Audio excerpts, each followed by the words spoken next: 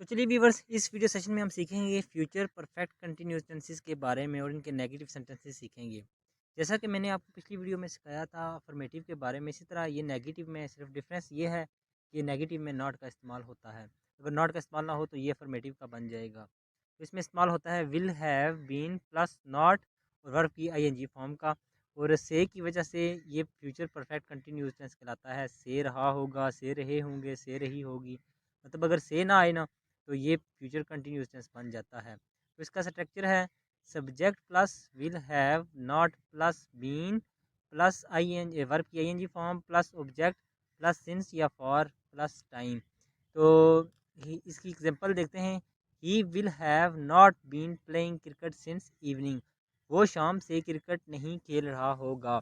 मतलब कि जो इसकी एग्जांपल थी ना अफर्मेटिव की एग्जांपल वही है, सिर्फ इसमें नॉट आ गया है और नहीं लगने से नेगेटिव बन गया है। नेक्स्ट एग्जांपल है she will have not been eating food for 3 minutes. वो 3 मिनट से खाना नहीं खा रही होगी।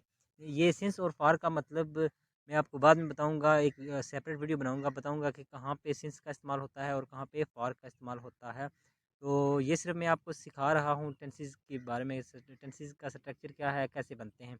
उम्मीद करता हूँ आपको ये वीडियो अच्छी लगी होगी।